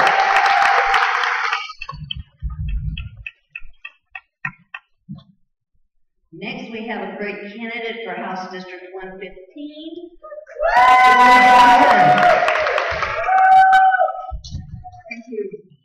So if you block walked in the primary, stand up. I'm serious, stand up. If you block walked in our primary, stand up.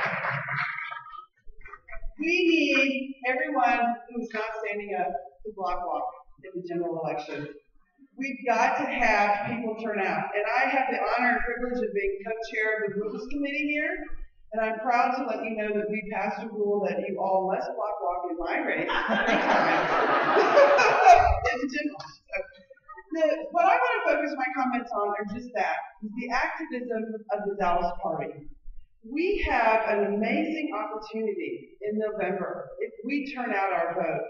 We have great candidates. We all agree on all these wonderful issues to support public education, but we cannot do it by ourselves. We must have an army of energized Democrats willing to go door to door and expand that personal ask. Because that personal ask to that voter, that when you say, I'm standing out here on a Saturday afternoon in the hot heat, because these issues are important to me and they need to be important to you, and I'm asking you to come vote. Will you vote? And when they look in your eyeballs and they say, yes, I will vote, that is what is going to turn Dallas blue, all up and down Dallas. And you are ambassadors. You are precinct chairs. You are lead advocates. You're here on a Saturday giving your time today. You are the messengers. And if we only have 20% of you block walking, that's not enough. Because it's that personal block walk. In our race, in our primary, we had record turnout because we knocked over 10,000 doors. We had an amazing army of people and staff going door to door. And that is what it's going to take in every one of these House races. Because the Texas House will govern our gerrymandered districts. We've got to flip these House seats. We have amazing opportunities. I'm very excited about 115. I'm very excited about many of the other House races here in Dallas. If we do that, then we can fix the hot mess that is our gerrymandered districts. And that is what we need to do to fix all of our races all up and down the ballot. So thank you for your support. Thank you for being Democrats. Thank you for being here, being present, because it's important. Because we all need it. The voters of Dallas need it, and the voters of Texas need it. Thank you all so very much.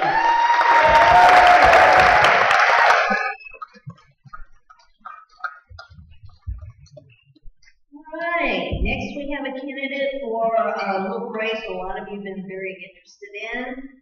Congressional District 32, Lillian Salerno. Thank you. Thank you. I just wanted to thank Susan and David and everybody that's put this together. This is a ton of work. And I'm Lillian Salerno, and I want to be your next Congresswoman from the 32nd District. would like to get rid of beat sessions. I'm in a Democratic run for the primary that's being held on May 22nd. And the reason I think I'm positioned to beat peak sessions is I've been working on behalf of working families and complicated problems all my life, even when people weren't looking. I've been standing up for nurses. I've been standing up for people that didn't have a voice when I adopted my 2 daughters from Mexico so they could have a better life. When I stood up for AIDS patients and nurses in the middle of the AIDS epidemic. When I was an attorney representing vulnerable populations. Our democracy is at risk today. We need to win this seat. The whole country's relying on us. And we need somebody who goes up there and knows how to fight, that not only talks about change, but has made change. And what you get in me is somebody who's going to fight for you. There is no amount of money somebody can offer me that will make me work against your interests. I'm Lillian Salerno, and I want to be your next Congresswoman because I can beat Pete Sessions. Thank you so much.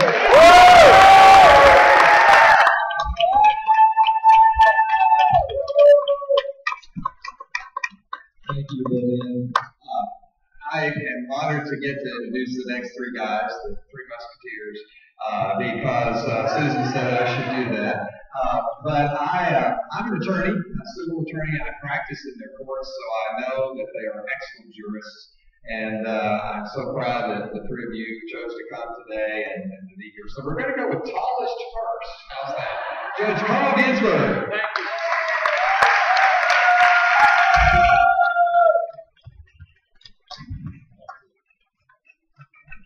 Good morning, Senate District 16. Good morning. My name is Carl Ginsburg, as David says. I'm in a runoff election. This is my 3rd Senate District I've been to this morning. The first one was in a Union Hall. The second one was a church, and now we're here in a school. And I think that's rather symbolic and tells us what the Democratic Party is about. It's about fighting for working people. It's about being committed to acts of charity and loving kindness in so many religious organizations and other non-profit organizations are devoted to. It's about education. So I think that's pretty symbolic. How many of you here are here for your first Senate District convention? Okay, quite a number of you. Give yourself applause. I've been in the trenches with the Democratic Party for years now. I attended my first Senate District convention almost 2 decades ago. And 6 years later, I was running for office. So every one of you that raised your hand, you're here for the first time, and hopefully 6 years from now, or sooner, you'll be running for office, okay? That's what it's about. It's about grassroots. As I said, I'm proud to have been a Democrat all my life, but been active in the trenches, working for other people, trying to get Democrats elected, whether it's block walking, phone calling, licking envelopes for, like I say, almost 20 years. I'm a Democrat because I believe in fairness, freedom, opportunity, equality of opportunity, and no person should be oppressed by poverty, ignorance, or conformity. Those are my values. I hope they're your values as well. They were my values when I practiced law before I became a judge, representing ordinary people, and they're my values as I serve as a judge. I'm proud of my record. I have the highest disposition rate of any civil district court, according to the last county measurement report. I'm board certified. I ask for your vote in the runoff election, May 22nd. Carl Ginsburg, thank you, thank you, thank you.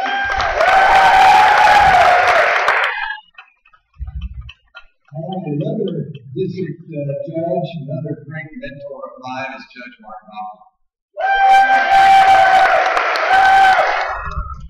Good morning, Democrats. My name is Martin Hoffman. I'm the judge of the 68th District Court, and I'm running for my 4th term. I was part of the class of 2006 with Judge Ginsburg and Judge Tapscott that first turned Dallas County blue. I agree with Judge Ginsburg. This is about democratic values, and I'm honored to say that I've been involved in the Democratic Party my entire life. I first got involved in Democratic politics when I was 18. I became president, the youngest president ever of the Texas Young Democrats. And anyone here remember our old governor, Ann Richards? I had the honor to serve as her state youth coordinator, organizing college clubs across the state of Texas, and I continue to stay involved and express my democratic values until I ran for judge in 2006. Well, since I've been on the bench, I've tried to express my democratic values in every way that I know how. One of those ways is I've developed a foreclosure program that has given homeowners a voice in the foreclosure process. It's given homeowners an opportunity to learn about their options and attend mediation. And as a result of this program, we have saved dozens and dozens and dozens of families from home foreclosure. I live in SD 16. Does anyone here have any Republicans in their precinct? My district is overwhelmingly Republican. Not over, but there's a lot of Republicans in my precinct. And I will tell you, I get asked a lot of time, and I'm sure you get asked a lot of time, does it make any difference to have Democratic judges? Why do we even vote for judges? Why does it make a difference? I will tell you what my Republican predecessor said when I asked him how should I handle this foreclosure process. He told me, Judge, just sign the application.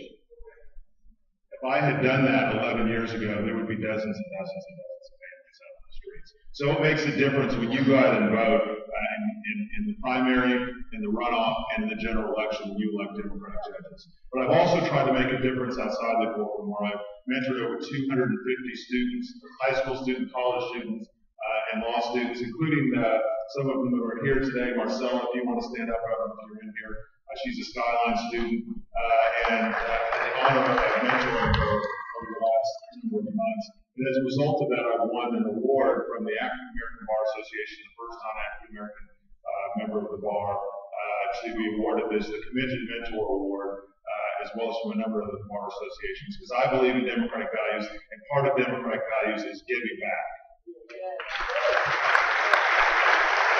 And finally, I would ask you guys are some of the most informed voters we have in Dallas County. It is so important that you go out and vote in the Democratic runoff. Early voting starts on May 14th. I will tell you, I've mentioned a number of people I've had a run-up, and they say, oh yeah, I'm voting for you on May 5th. That is when the municipal election is between now and then. I said, no, you need to wait until May 14th and May 18th. We're on election day on May 22nd. So I ask you, please remember the runoff. This is a critical election. We have a gubernatorial election. We have a congressional district election up here. We have a number of other elections, including 4 judicial seats. You guys will make the difference. Please, Judge Martin Hoffman, 68th District Court, I ask for your support.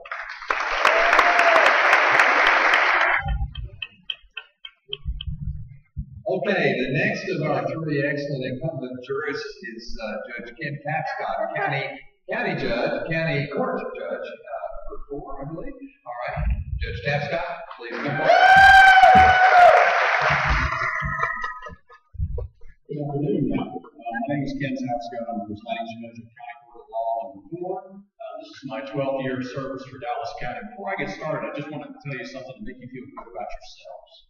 This week, the Texas Democratic Party evidently had to shut down briefly the ability of Democrats to sign up to attend their senatorial conventions because they were getting email addresses that had Russian signatures. So, but that should make you feel good as a Democrat, because not only are the Republicans afraid of us, so are the Russians. Now, this runoff election is important. I want to touch briefly on the primary, the primary was dynamic. It was dynamic, wasn't it? There was a lot of energy. We lost some things though, as a party, and we lost 2 award-winning judges, an award-winning domestic violence judge. We lost a judge who was board certified in civil law and was on Barack Obama's short list to be a United States federal judge. One of 3 finalists. We lost that. We lost 24 years of judicial experience. What's at stake in our runoff election is 36 more years of judicial experience. In the time that I have been a judge, I have put over 420 cases to jury verdict, more than any other civil judge in the last 11 plus years. I've adjudicated over 1,600 non-jury cases. I take my job seriously, and that's what you all elected me to do. Do the job and do it well. But I've tried to be not only the best judge I could be, but also be the best Democrat I could be. In the time that I've been a judge, and as Democrats, you know, sometimes people get elected And then they act like they got there all by themselves, don't they? In the time that I've been a judge, I've donated over $100,000 of either my campaign funds or personal funds, either to the Dallas County Democratic Party to promote our agenda, or to help other Democrats get elected. That helps white Democrats, black Democrats, Hispanic, Asian Democrats. I'm a team player.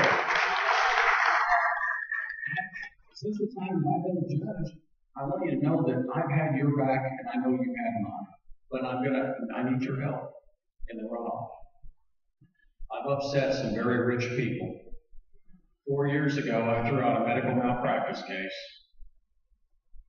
where the expert admitted 10 days prior to trial, and his expert opinion had no support in the medical literature.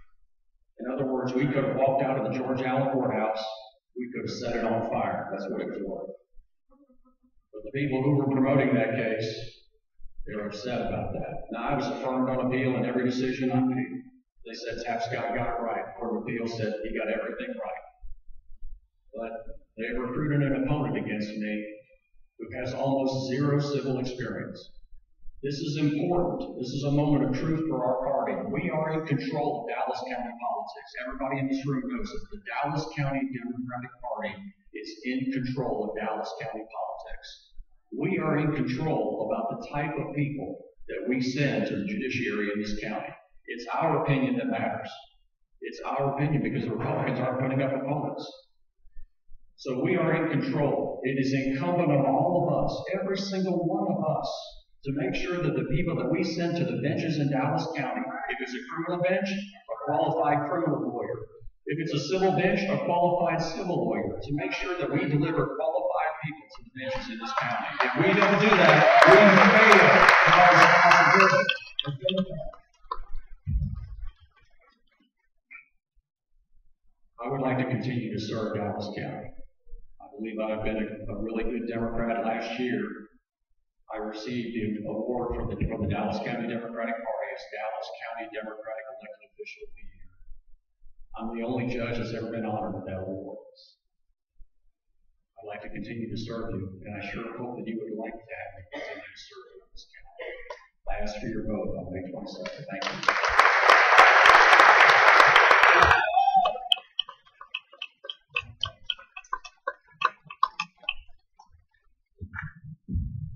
Wonderful thing about being an activist in the Democratic Party is that you make so many good friends. So I'm going to introduce you to one of my good friends, Retta Bowers, running for House District 113.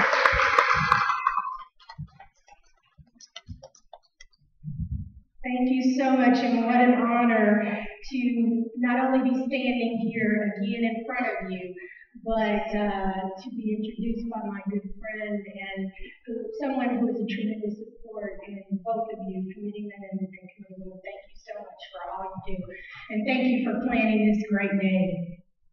I am Retta Andrews Bowers, second-time candidate for state representative for House District 113. And I'm so very proud to be back as the Democratic nominee. So I have to say thank you to all of you in this room. The one thing that I want to start with is something that hit me as I walked into the doors of this school. Getting through the primary this year with a primary opponent had its set of challenges.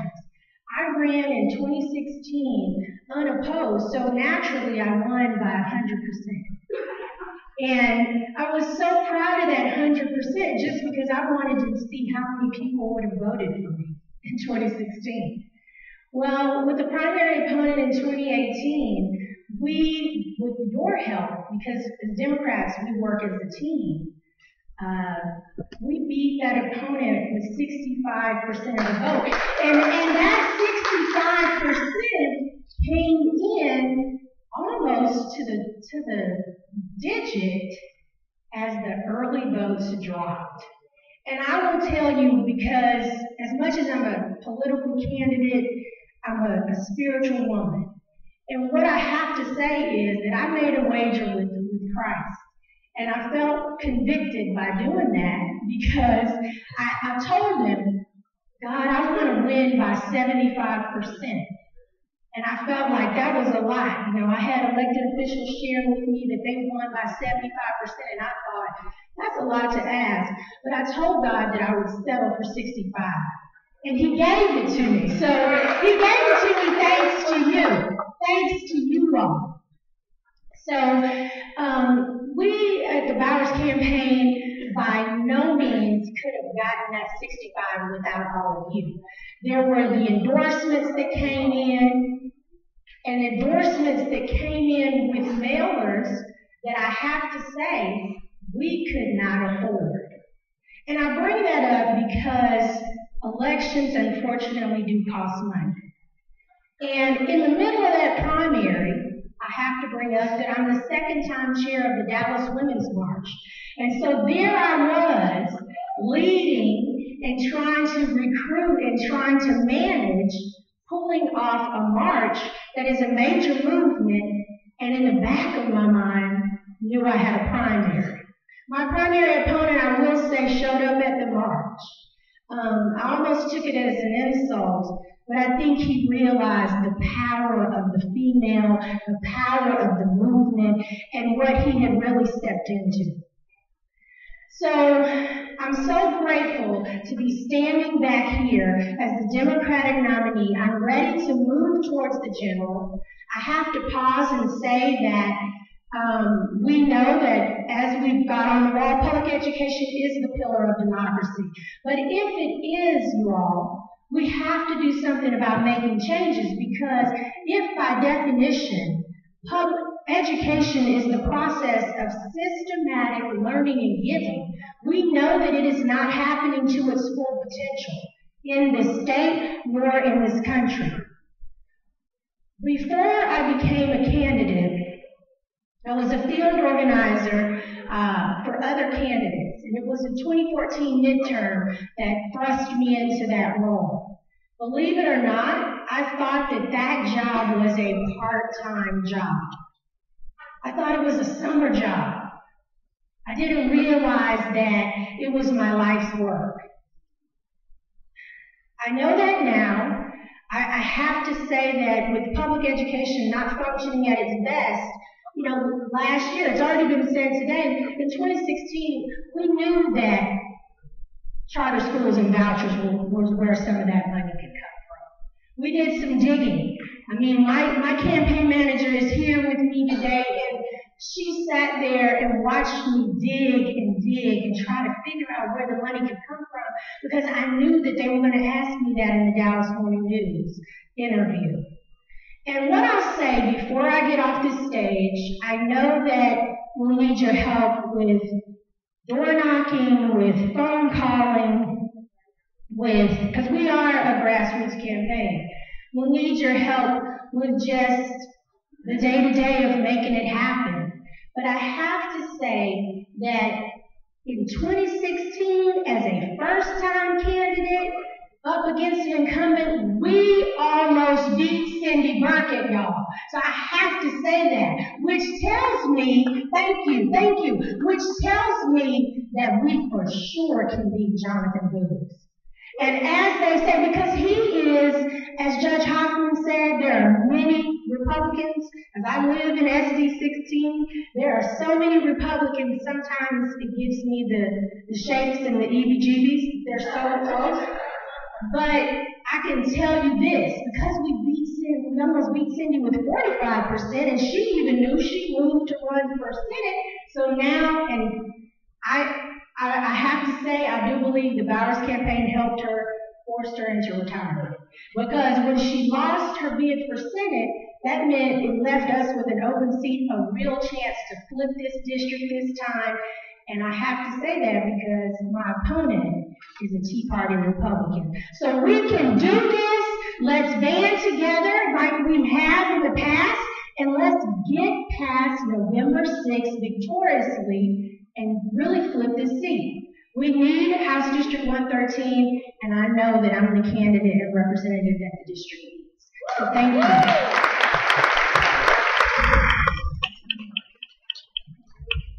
All right, we are honored and privileged to have Senator Royce West for Senate District 23. give the class of 16 welcome. Thank you, 16. Thank you. So we won. I want to make certain that I go around to as many senatorial districts as possible.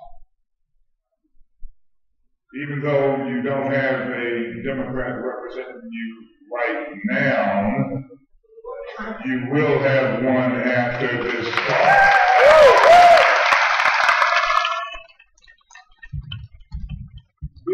My message to all senatorial districts is that we need to make certain that after all the runoffs are over with and all of this stuff is over with, we must come back together as a party. We must make certain that we elect Democrats in the fall.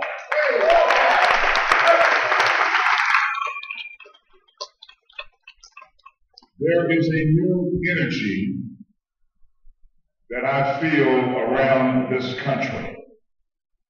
You can look at what's going on today across the country with young people. It's basically saying things I've said even when Aaron Richards was governor. We have to make certain we continue to observe the Second Amendment, but we must have gun sense throughout this entire country.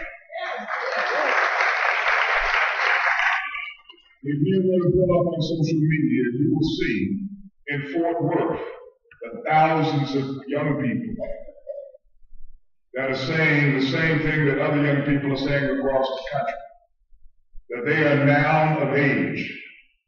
Many of them, their generation, frankly, has been victimized by individuals that have had high-powered, frankly, weapons they shouldn't have had, gone into our school systems and created mayhem. There's a move to say that we need to arm teachers. Well, they already voted on that in the state of Texas. As opposed to teachers doing what we want them to do, that is teaching our children. And instead of focusing in on that, we should be focusing on making certain that we get the best and brightest teachers in our classroom and that we pay them what they should be paid. So 16, as I go to my seat, I'd ask you to make certain that you support Democratic candidates and that you do everything in your power this fall to make certain that Dallas County, frankly, remains the bluest county in the state of Texas, and that we do everything within our power to make certain that we elect Democrats to statewide offices. God bless each and every one.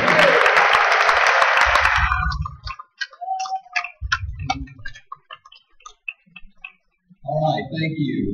We've got, it looks like three speakers, and then we have some very important business we need to take care of before we take a little break for lunch. So I met a young man last night, his name is Taylor Larson, who worked diligently. He went home and brought a table because we needed another one. He helped us do a lot of things, and I'm hoping that he'll be a great leader in our party coming forward. But today he's here to represent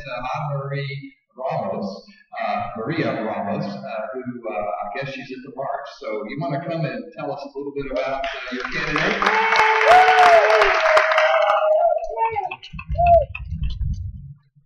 Thank you. How you all doing, 16? My name is Taylor Larson. I'm here to say a little bit about Ana Maria Ramos. She is running for House District 102, which currently is owned by a Republican incumbent who likes to run on a public education platform, despite the fact that she is pro-voucher and pro-putting our public funds into charter schools. She's never taught a day of school in her life, and she likes to brag about her NRAA rating.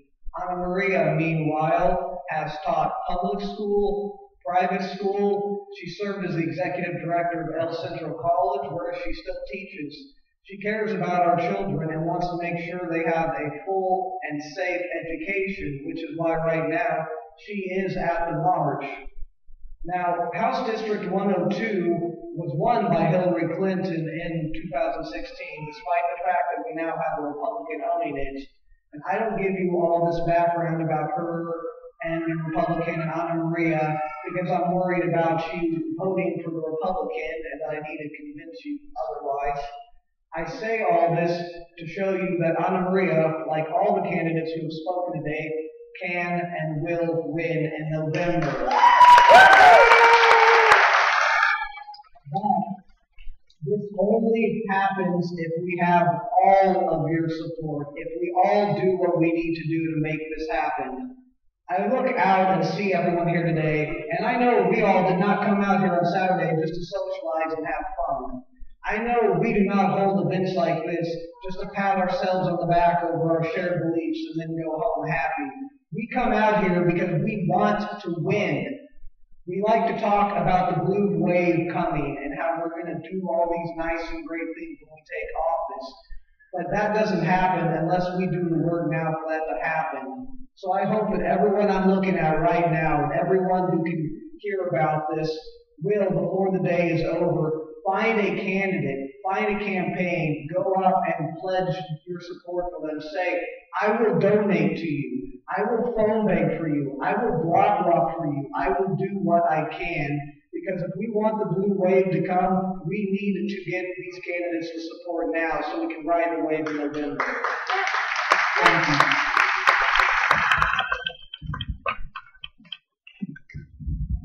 And speaking of great friends, another one, Dominique Collins. Hello, Dominique Collins. I'm going to keep this short and sweet. What I will say is I'm super duper happy and excited to see all of y'all here in the midterm. That makes me very, very happy. This place is full during the presidential midterm. I'm very, very happy to see that you are still here, still there, still voting, still marshalling all our blue Democratic support. So I just want to say, hey, I want to say thank you. I'm not on the ballot, but I will see you in 2020.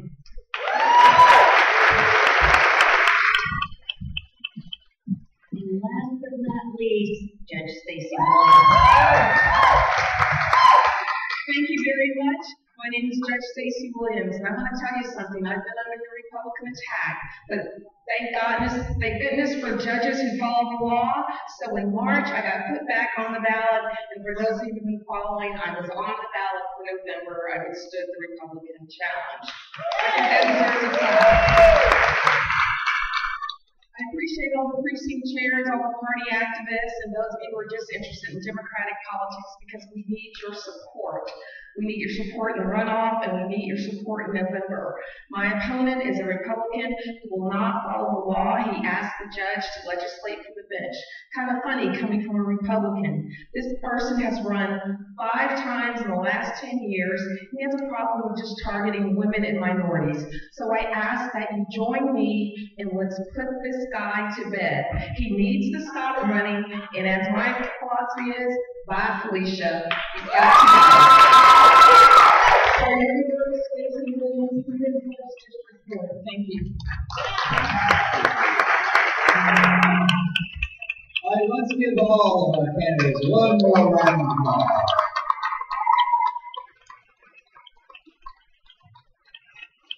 And thanks to all of you for bearing with us, because many of our candidates go to other districts this afternoon. Some of them want to go to the march, so it's unusual that we have so many right together, but we kind of had to adopt or adapt to the situation that we found ourselves in today. So thank you again for your patience. We do have some important business that we should take care of at this time. I understand that the Credentials Committee has their report, and I believe they have a recommendation as well. So if Aisha McClendon and Matt Andrade would come forward to give the report of the Credentials Committee.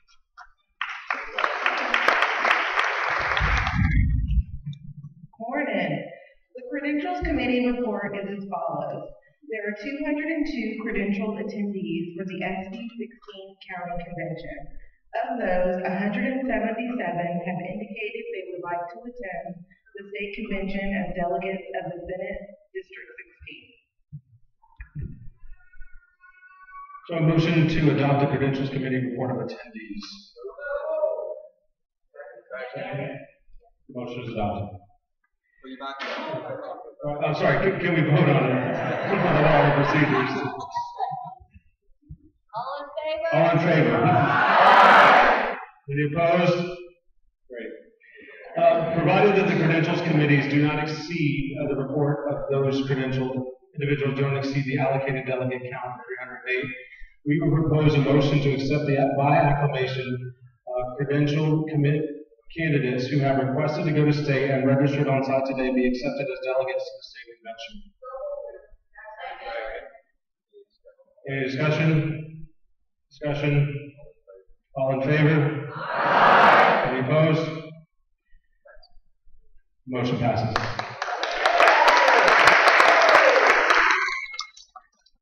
As such, there are a remaining number of delegates who show interest in to be delegates of the state convention that are not here today. Those that have filled out large forms and as well those who signed up online. And so for your information, that list of candidates will go to the nominations committee